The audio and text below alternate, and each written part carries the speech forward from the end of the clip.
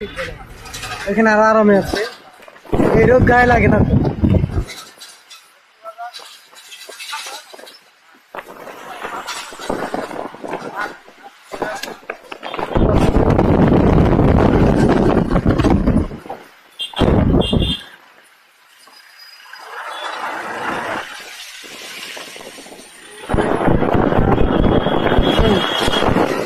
ফুলের ঝাড়ু সব বান্দরবন থেকেই যায়।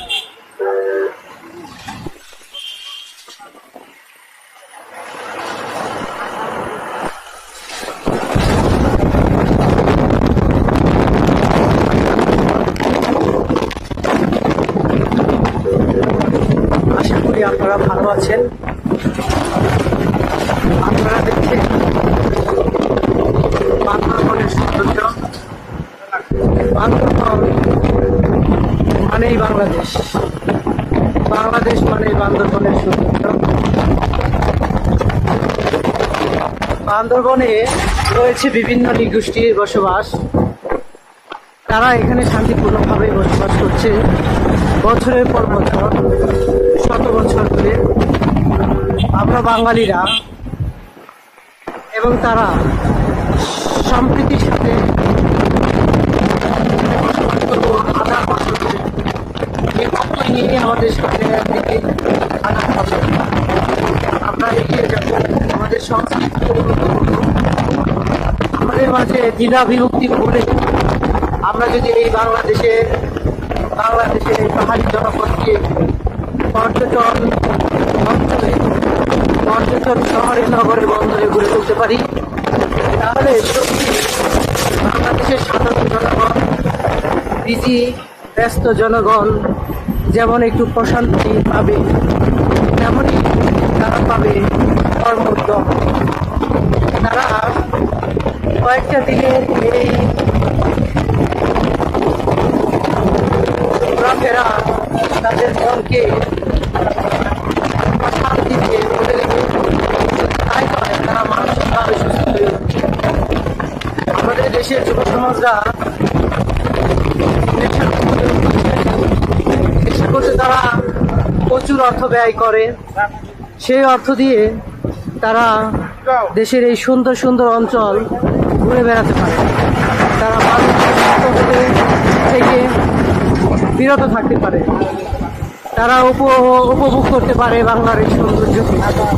তাই আমি কর্তৃপক্ষকে বিনীত অনুরোধ করব, এ ধরনের মোটিভেশন যেন সরকারের পক্ষ থেকে হয়, যাতে এদেশের যুব সমাজ একটি সম্পদে পরিণত হতে পারে।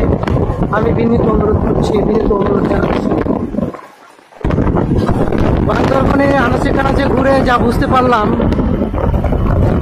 এক অসাধারণ রূপ নিয়ে দাঁড়িয়ে আছে আমাদের এই বান্দরবন। বান্দরবনে যারা বসবাস করে তারা হয়তোবা আমাদের সাথে মিশতে অভ্যস্ত নয়, কিন্তু আমরা তো সভ্য, আমরা তো শিক্ষিত জাতি, শিক্ষিত মানুষ। আমরা তাদের সাথে আমাদের সম্পর্কটা আরও নিবিড় করতে হবে।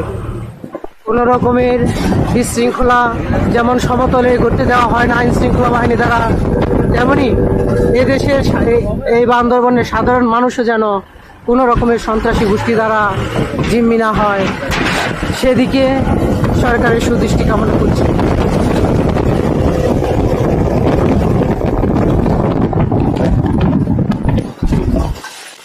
যে সকল ভাইরা মাদক গ্রহণ করেন তাদেরকে বিনীত অনুরোধ করছি, তারা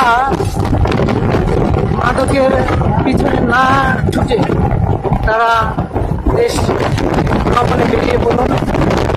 তারা দেশের সৌন্দর্য উপভোগ করুন।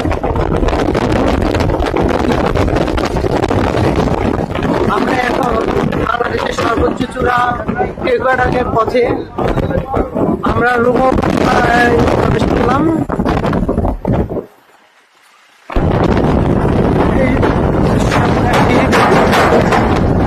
অসাধারণ সুন্দর সিঁড়ি।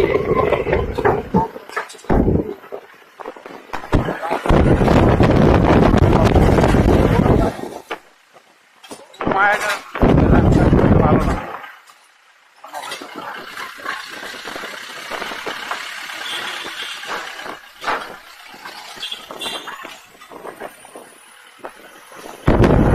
আমরা মোট 9 জন শিক্ষক এবং অন্যান্য কর্মকর্তা কর্মচারী মিলে আমরা এই ভ্রমণে এসেছি। আমরা দেশের বাইরে আমরা দার্জিলিংয়ের সাথে এই বাংলাদেশের এই বান্দরবনকে তুলনা করতে পারি। দার্জিলিং যেমন বাংলাদেশের মানুষের জন্য একটি আকর্ষণীয় পর্যটন কেন্দ্র, আমার কাছে মনে হচ্ছে বান্দরবন দার্জিলিংয়ের চেয়েও কম উপভোগ্য নয়।